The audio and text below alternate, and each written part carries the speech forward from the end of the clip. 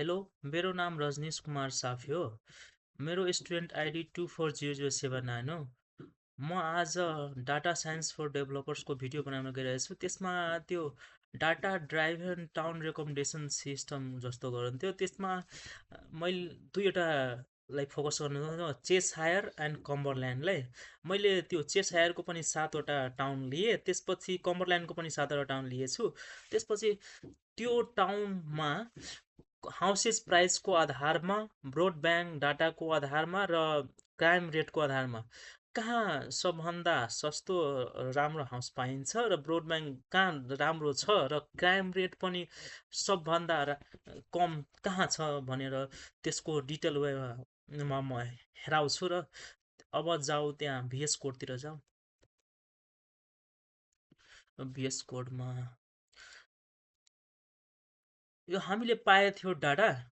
यो हामीहरूले यो यस युकेको साइटबाट त्यो ब्रोडब्यान्ड स्पिडको डाटा 4 इयर्सको जस्तो 2001देखि 2004सम्म 2001देखि 2004सम्म पाएको थियो। यो अनक्लियर डाटा हो। जस्तो 2004को यो भयो, 2001 यस्तो 20 यो सबै अनक्लियर डाटा भयो। 2001देखि 2004सम्म यो ब्रोडब्यान्डको डाटा भयो। यो क्राइम रेटको पनि त्यस्तै, यो अनक्लियर डाटा भयो। जस्तै यो हाउस प्राइसको डाटा भयो, लोर्सेको पनि यो डाटा भयो। त्यस्तै पपुलेसनको पनि यो डाटा भयो। यो अनक्लियर डाटा थियो। अब म कुन कोडले अब यो डाटाहरूलाई क्लिन गरेँ त्यो अब हेराउनु गइरहेको छु। यो भयो। मैले त्यति बेलामा चेसहायरको 7वटा टाउन मैले यो लिएको थिएँ। त्यसपछि कम्बरल्यान्डको पनि 7वटा टाउन यो लिएको थिएँ।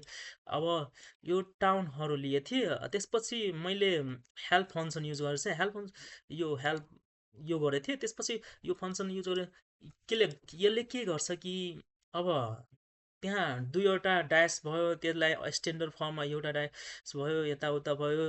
अन त्यो जति हुन्छ नि कमा भयो, सबैलाई स्ट्यान्डर्ड फर्ममा त्यो डाटालाई ल्याउनको लागि मैले यो युज गरेको थिएँ।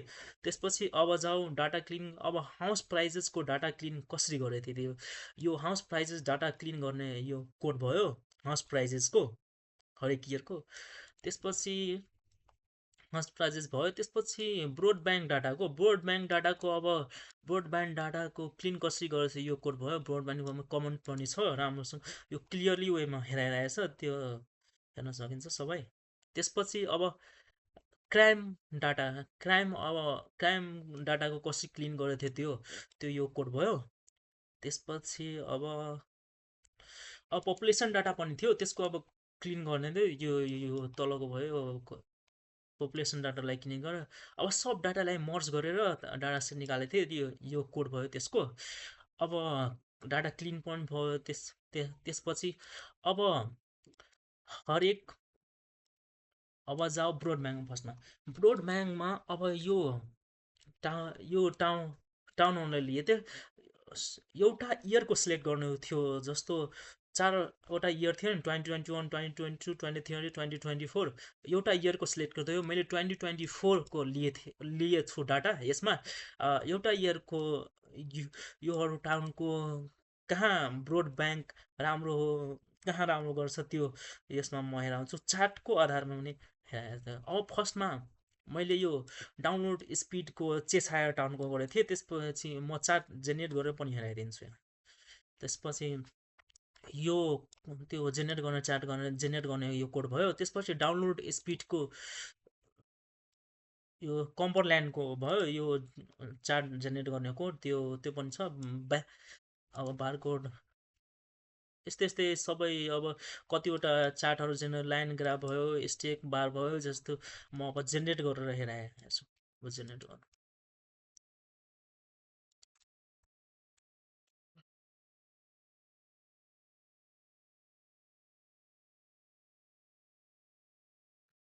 पहिला ब्रोडब्यान्डको जेनेरेट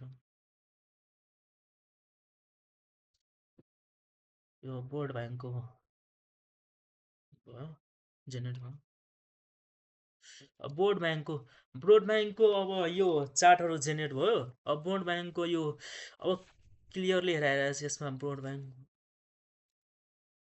ब्याङ्कमा अब क्लियरली अब कहाँको ब्रोडब्यान्ड स्पिड राम्रो छ यहाँ जस्तो भयो स्यान बिचको 100% भयो। त्यस्तो अर्को चार्टमा हेर्दा पनि भयो। यस्तो एभरेज र एन्ड म्याक्सिमम् डाउनलोड स्पिड कहाँ छ 2024को यो सबै क्लियरली वेमा आएछ। जस्तो चेस चेस हायर टाउनको भयो एभरेज डाउनलोड स्पिड यो बक्स प्लट भयो। जस्तो अब लाइन स्पिड भयो। अब कुन टाउनको कस्तो स्पिड छ डाउनलोड नेट यस्ताउता सबै यो 5वटा त्यो चार्ट जेनेरेट भयो थियो त्यो भयो यो अब जाऊ क्राइम रेट क्राइममा पनि त्यही 14वटा 7-7वटा सिटी लिए थिए। अब क्राइम रेटमा 2023देखि 2024सम्मको अब यो क्राइम रेट कस्तो कहाँ सबभन्दा कम क्राइम रेट छ यो टाउनहरूमा त्यो गरेको थिएँ। त्यसपछि त्यसमा अब फर्स्टमै drug offence rate by the town अन्त यसको यो भयो जेनेरेट गर्ने। त्यस्तो कम्परल्यान्डको भयो या डार्ट चार्ट भयो यस्तै यस्तै सबै चार्टको क्लियरली वेमा कमेन्ट पनि हालिदिएछु। सबै छ क्लियरली वेमा हेर्न पनि सकिन्छ क्राइमको सबै यो कोडहरू क्राइम रेटको भयो। क्राइम रेटमा एउटा मन्थ डिक्लेयर गर्नु थियो कुन एउटा मन्थ लिनु पर्थ्यो। त्यसमा मैले डिसेम्बरको लिएको छु अब यो क्राइम रेटको अब चार्ट जेनेरेट गरौँ।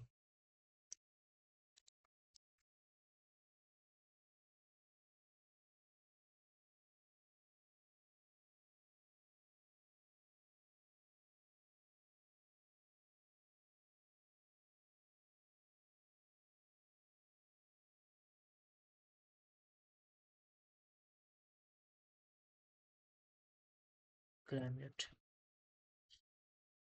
क्राइम रेटको अब चार्ट जेनेरेट भयो। त्यो क्राइम रेटमा अब हेरौँ। क्राइम रेटमा अब क्लियरली वेमा हेराइरहेछ। क्राइम रेटमा अब क्रिउको सबभन्दा बढी 49.3% क्राइम रेट छ। नेथविचको त्यसपछि क्राइम रेट यस्तै यस्तै पुरै क्लियरली वेमा चार्टमा हेराइरहेको छ। 2024 इयर्सको कुनमा क्राइम रेट कति छ यो चार्टहरू जेनेरेट भयो। सबै चार्टहरू जेनेरेट भएछ। त्यस्तै अब भाइकल्स रेडार सबै चार्ट सबै भएछ। यहाँ सबै चार्टहरू हेर्न मिल्छ त्यहाँ। त्यसपछि भाइकल क्राइम रेटको भयो। भाइकल क्राइम रेटको पनि यो चार्ट कम्बरल्यान्ड र डिसेम्बरको 10,000 पपुलेसनमा दियो क्लियरली वेमा सबै हेर्नुभएको छ। अब हाउसेस प्राइसतिर जाऊ। अब हाउस प्राइसमा सेम इयर छ त्यो 2024 इयरको लिए थियो। त्यसपछि यो टाउनहरू भयो कुन कुन चार्ट जेनेरेट भयो त्यसको हरेक चार्ट कुन जेनेरेट भइरहेछ त्यसको यो तल पनि कोडहरू हरेक चार्टको छ क्लियरली वेमा कमेन्ट पनि हालेछ। त्यो हेर्न मिल्छ सबै राम्रोसँग। अब यसको अब चार्टहरू जेनेरेट गरौँ। के को हाउस प्राइसको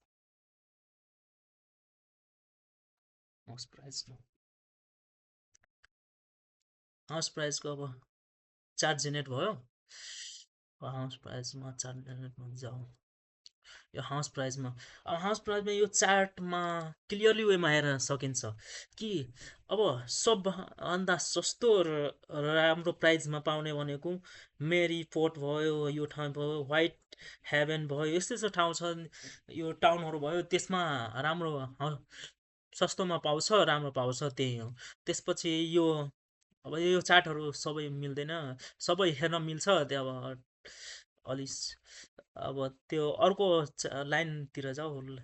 अब यसमा हेरौँ यो चेस हायरको मैले स्ल्यास जस्तो छ र कम्पर लाइनको डटहरू छ। यो क्लियरली वेमा हेर्न मिल्छ के छ कस्तो हाउसेस प्राइसको ट्रेन्डिङ कस्तो भयो के सबै यो क्लियरली वेमा छ। अब डकुमेन्टेसनतिर जाऊ। अब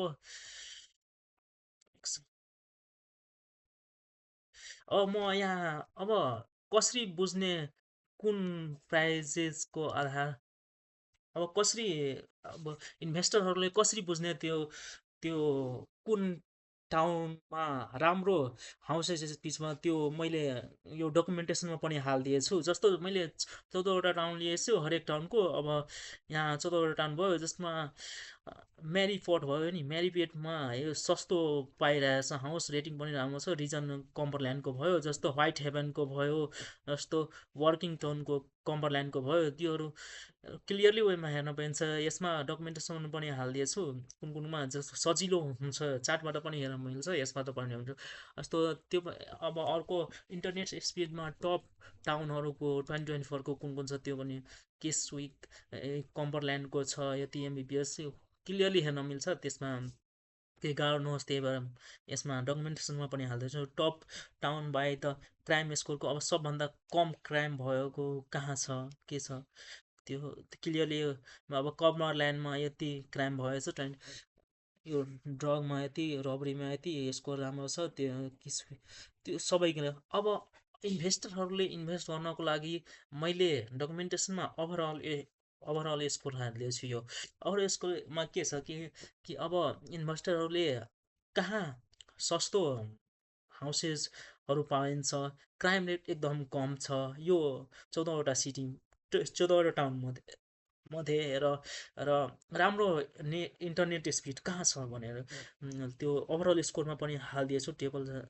गरेर। जस्तो म्यारिपोर्टमा भयो, कम्बरल्यान्डमा छ, जो एकदम बेस्ट राम्रो भयो। यहाँ सबै तिनटै कम्पेरिजन राम्रो छ। जस्तो व्हाइट हेभनमा भयो, व्हाइट हेभनमा पनि कमरल्यान्डमा छ, त्यो पनि राम्रो खालको भयो। त्यहाँ पनि राम्रो इन्भेस्ट गर्दा राम्रो हुन्छ। त्यसमा केही यस्तै यस्तै स्टेप बाई स्टेप 14वटा टाउन लिएको थिएँ मैले, हरेक टाउनको हालिदिएछु। यस्तै अब यही हो, मैले पुरै क्लियरली वेमा हेराइदिएँ। अब यो चार्ट ओभरअल स्कोर पनि हेरेर इन्भेस्ट गर्दा हुन्छ, त्यस्तो खालको चार्टमा पनि क्लियरली वेमा छ। यही थियो, थ्याङ्क यू।